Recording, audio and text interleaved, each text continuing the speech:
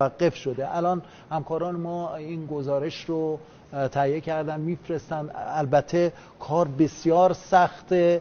الان تصاویر رو مخاطبین محترم میتونن ببینن که چگونه گروه‌های امداد در حالی که شب هست، بارندگی شدید وجود داره، هوا به شدت سرده، دارن با پای پیاده میرن تا منطقه رو جستجو کنن و به جایی که اون در واقع بالگرد حامل رئیس محترم جمهوری اسلامی و هیئت همراه رفتن به اونجا نزدیک بشن. علی‌رغم دشواری کار در شب، ولی لحظه‌ای